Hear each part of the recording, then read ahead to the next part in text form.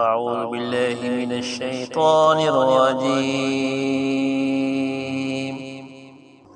بسم الله الرحمن الرحيم. لإيلاف قريش إيلافهم رحلة الشتاء والصيف فليعبدوا رب هذا البيت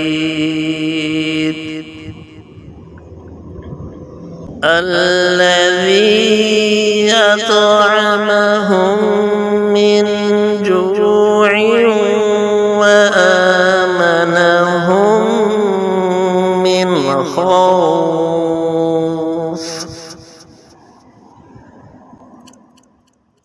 صدق الله